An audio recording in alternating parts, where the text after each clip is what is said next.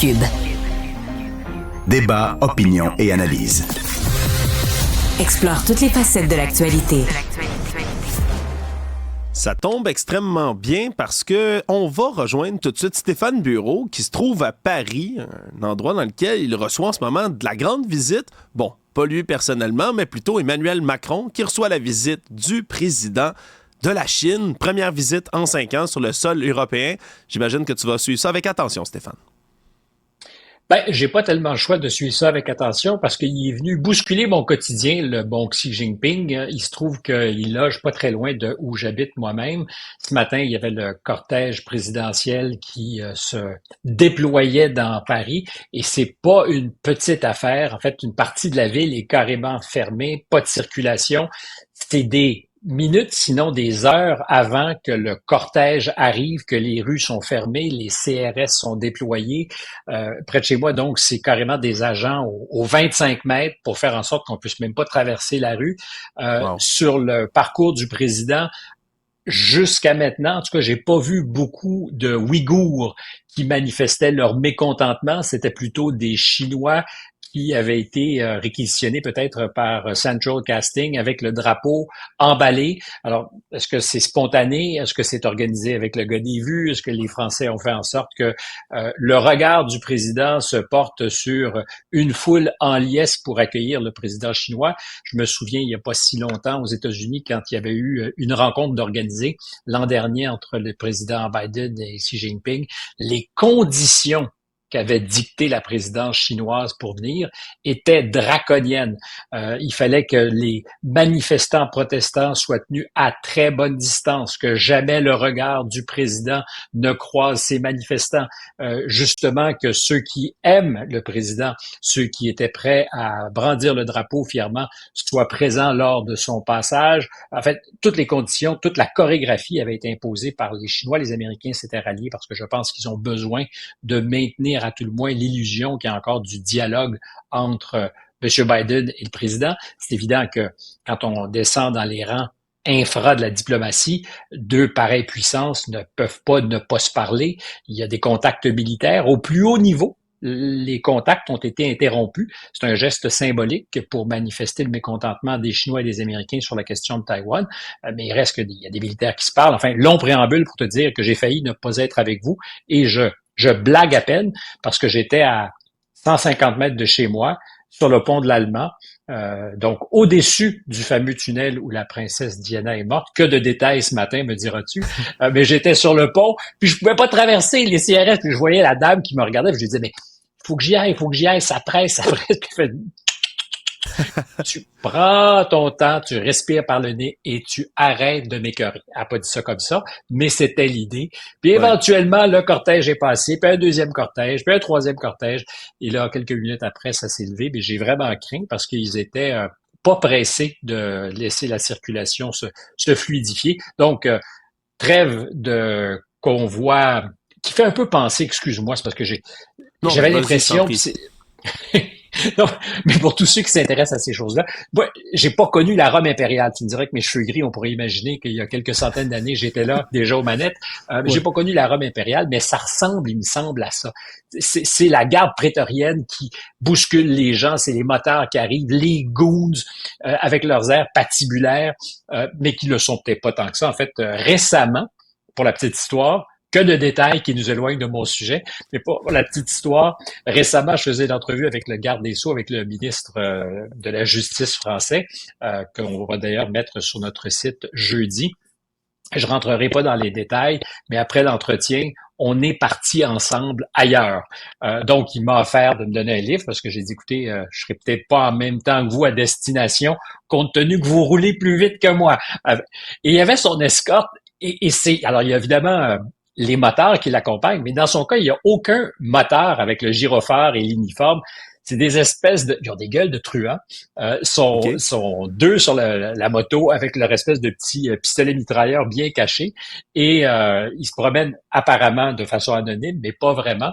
Alors, de ça, il y en avait beaucoup, beaucoup avant que le président chinois ne passe, juste pour faire en sorte qu'on soit tous bien aux aguets. Et ça a fonctionné parce que j'ai pas osé défier les autorités. Je suis resté sagement sur mon trottoir, moi qui aime bien traverser sur les feux rouges. Donc, Xi Jinping... Xi Jinping qui est en Europe, en France, pour, comme tu le disais tout à l'heure, son premier voyage officiel depuis 5 ans. C'est aussi évident que la crise de la COVID a retenu beaucoup M. Xi Jinping qui ne sortait pas. C'est aussi probablement cette absence de détour par l'Europe une manière de montrer le mécontentement des autorités chinoises à l'endroit de l'Union européenne, de certaines de ses politiques. C'est une manière de dire qu'ils n'ont alors qu'ils ont besoin de l'Europe comme ils ont besoin des États-Unis, comme ils ont besoin du Canada. Pour les consommateurs que nous sommes, politiquement, ils sont très puissants, je dirais pas omnipotents, très puissants, mais ils sont dans une position où leur production déborde, leur capacité de production déborde et ils ont besoin de nos marchés. Alors, on essaie peut-être de normaliser les relations en passant par la France. Il faut se rappeler que le président Macron aime se présenter en ce moment sur la place internationale comme l'homme de la troisième option. Ouais. Il dit, par exemple, si les États-Unis devaient nous larguer sur le théâtre européen, nous devons reprendre en main les rênes de notre défense européenne pour faire face à la Russie. Mais inversement, quand il avait quitté Beijing l'année dernière, il y a 1 an, pile poil ou à peu près, il avait dit, vous savez, sur la question de Taïwan, on ne doit pas se laisser entraîner dans un conflit qui nous regarde pas. Une manière de FU aux États-Unis, qui évidemment sur Taïwan, même s'ils nourrissent une politique d'ambiguïté stratégique, on le présume, sont les meilleurs alliés des Chinois de Taïwan. Et là, le président Macron, qui peut-être voulait se ménager une marge de négociation avec la Chine en termes de commerce et peut-être même sur l'Ukraine, avait dit, encore une fois, gardons-nous une saine distance. Alors, le prétexte officiel de cette visite, c'est le 60e anniversaire des relations diplomatiques normalisées entre la Chine communiste et la France. C'est le général de Gaulle qui avait initié ces conversations, bien avant que Richard Nixon n'ouvre officiellement les relations entre les États-Unis et la Chine, bien avant le Canada, qui avait un peu précédé, si ma mémoire est bonne, des Américains. La France, en cette matière, est donc pionnière. Visite symbolique aussi, parce qu'on veut bien montrer qu'entre les deux hommes, le courant passe. La dernière fois, quand M. Macron, c'est extraordinaire, cette petite histoire, quand M. Macron était en Chine, Xi Jinping l'avait amené, je pense, dans la maison ou autour de là où il a été élevé chez son père. Et là, c'est M. Macron qui amène Xi Jinping dans un village des Pyrénées où il passait du temps quand il était gamin, chez sa grand-mère. Il paraît que le village en question, qui évidemment l'hiver et même le printemps est plutôt mort, est investi depuis déjà plusieurs semaines par des camions noirs avec des hommes essentiellement, il y a probablement des femmes aussi, à lunettes fumées, avec des Chinois qui sont sur place aussi pour préparer le terrain. On présume donc ce qu'on veut éviter, en effet, ce qu'on veut éviter, c'est que l'harmonie ne soit pas au rendez-vous, parce que les Français sont demandeurs sur un certain nombre de choses. Par exemple, l'Ukraine.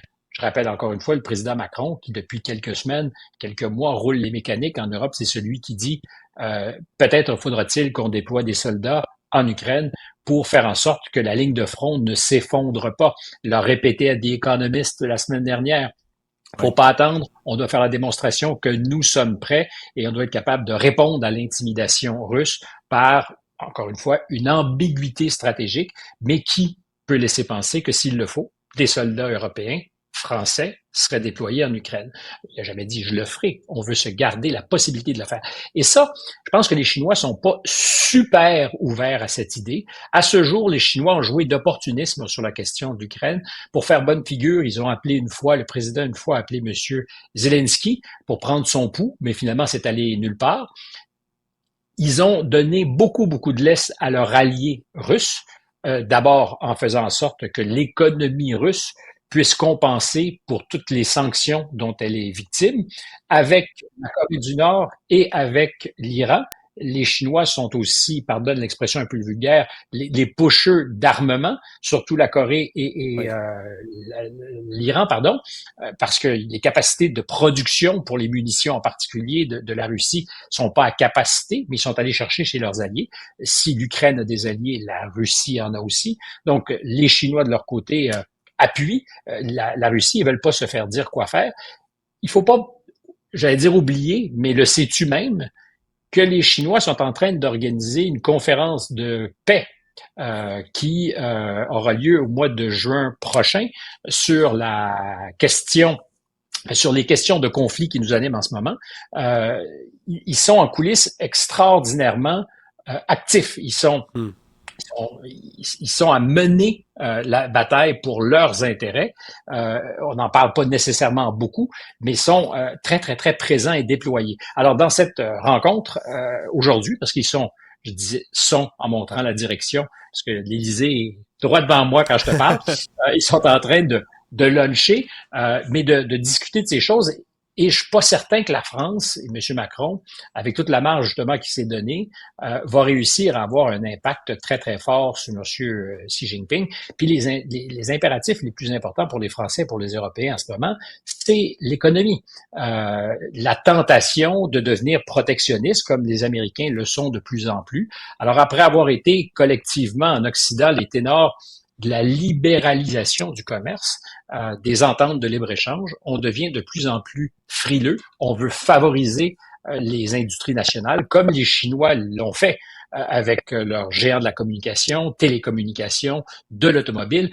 Et ce qui accroche en ce moment, c'est les voitures électriques. Les Chinois sont de plus en plus habiles à les produire à meilleur prix. Ça a un impact les ventes de M. Musk en Chine. Je sais pas si tu as vu, mais c'est pas heureux pour le bottom line, pardonne l'expression, de Tesla. Ils ont d'autres, je dirais, artifices dans leur carquois, les gens de Tesla, mais les ventes en Chine sont affectées par le fait que de plus en plus les Chinois regardent leurs propres véhicules. C'était un snobisme à une époque d'acheter des autos étrangères, américaines, européennes, Mercedes par exemple. Et là, les Chinois font de très bons véhicules avec l'intention de les exporter parce qu'on parle de transition verte, de transition écologique. C'est au cœur de la campagne pour les élections européennes. Alors, si le véhicule électrique est la solution, puis qu'on peut l'avoir moins cher, pourquoi ne serait-il pas chinois? Ben oui. On va Et prendre les tous les Européens véhicules qu'on peut prendre là, dans la course à l'électrification. On va prendre tous les et véhicules les qu'on nous offre. Européens sont pas du tout favorables. Et comme par hasard, les Chinois disent, vous savez, le cognac, parce qu'ils en vendent beaucoup du cognac en Chine, pour y avoir été souvent, le cognac sur une table, c'est un peu comme une bouteille de vin. Vraiment, Wow. ils boivent, tu bois ça comme du vin, et c'est un produit de luxe évidemment, mais c'est pas bu à petite gorgée. Alors, je veux pas rentrer dans les détails de la culture chinoise, je ne suis pas expert, mais pour l'avoir vu à Hong Kong par exemple, très surprenant. La bouteille est mise au centre de la table pendant le repas, ils en boivent. Et ça rapporte beaucoup dans une région électoralement importante pour le président, pour sa coalition, à plus forte raison quand on est en élection européenne. C'est le 9 juin. Et là, les Chinois disent, est-ce qu'on va continuer à importer du cognac? Qu'est-ce que vous pourriez faire pour nous en matière de chars électriques? Surprise. Ouais. Donc, il y a du donnant-donnant. Et pour terminer sur la question de ce voyage et pour donner peut-être aussi une idée de ce que sont les dispositions du président Xi Jinping, où ira-t-il après avoir quitté Paris? Est-ce qu'il va aller en Allemagne, voir le chancelier qui lui a rendu visite il y a quelques semaines? Est-ce qu'il va aller en Espagne? Est-ce qu'il va aller à Bruxelles, où siège l'Union européenne, pour saluer les eurocrates? Non, il s'en va en Serbie. Pourquoi? Parce que ça va lui permettre de souligner l'anniversaire du bombardement de l'ambassade chinoise par l'armée américaine dans l'opération qu'avait organisée l'OTAN pour repousser la Serbie. À ce moment-là, ça avait été, on l'oublie nous, un choc tétanisant en Chine. Ils l'ont toujours pas digéré, alors que le président chinois choisisse de faire escale pour aller souligner l'anniversaire du bombardement. Et ensuite, où est-ce qu'il va? Il s'en va en Hongrie. Donc, deux des pays qui ont les meilleurs rapports aussi avec la Russie. Dans le contexte de ce que ça signifie que M. Jinping risque d'être convaincu, même avec un bon verre de cognac, risque d'être convaincu par le président Macron de ce qu'il devrait prendre de la distance avec leur allié russe. J'en doute, d'autant que Vladimir Poutine est attendu, si je ne me trompe pas, dans quelques semaines à Pékin, et ils continuent les deux à dire qu'ils sont les meilleurs alliés du monde. Alors, c'est tout à fait de bonne guerre de la part du président français de vouloir maintenir les relations, de les améliorer si possible. Est-ce que la France, est-ce que le coq français peut avoir de l'impact sur, comment l'appellerons-nous, le panda chinois? Le Je pense que dragon, le habituellement, c'est panda. le dragon pour les Chinois, je pense. Le Ben oui, dragon c'est le chinois. dragon. Ben oui, sinon c'est les loups guerriers. C'est comme ça qu'on caractérisait les diplomates, les nouveaux diplomates qui avaient du mort aux dents chinois. Hmm. Est-ce que le dragon va être bridé par le coq français? Euh, Je me permets d'en douter. Moi, j'ai hâte de voir ça, surtout qu'Emmanuel Macron, lui, est de plus en plus en train de s'installer comme un homme d'État, là, tu sais, de politique internationale, puis de prendre des grandes orientations, puis a pas froid aux yeux non plus. Hâte de voir si ça va payer de son côté. Heureusement que tu es là pour suivre tout ça, Stéphane. Bonne chance dans tes déplacements. Attention aux goons motocyclistes un peu partout à Paris. Avoue que tu as aimé la description. J'ai adoré, mais honnêtement, c'est fascinant. Tu as bien fait de nous le décrire parce que je pense que c'est pas une expérience que tout le monde peut vivre de près dans sa vie. Une fois que c'est dit, ils sont super cool. Ils sont vraiment cool. Parce que j'ai passé beaucoup de temps à parler avec eux avant qu'arrive le ministre et ensuite un peu en allant là où on allait. Et ils sont vraiment cool, mais ils sont pas rassurants. Ils ont vraiment une gueule. Tu sais, tu dis truand, policier, difficile à dire. Ils ont la gueule de l'emploi. Ouais, surtout qu'on n'est pas habitué pour les gens qui vont faire un tour en Europe, là, de voir des gens, par exemple, armés, là, des policiers armés avec une mitraillette dans la rue, là, patrouiller. On dirait, moi, c'est toujours un choc qu'on s'habitue pas là, comme Canadiens, comme Québécois, d'aller faire un C'est tour monnaie en courante Europe. ici. Ouais. Vraiment, je pense que c'est un choc, c'est toute une expérience à vivre. Merci de nous l'avoir partagé, Stéphane. On se reparle très bientôt. Salut.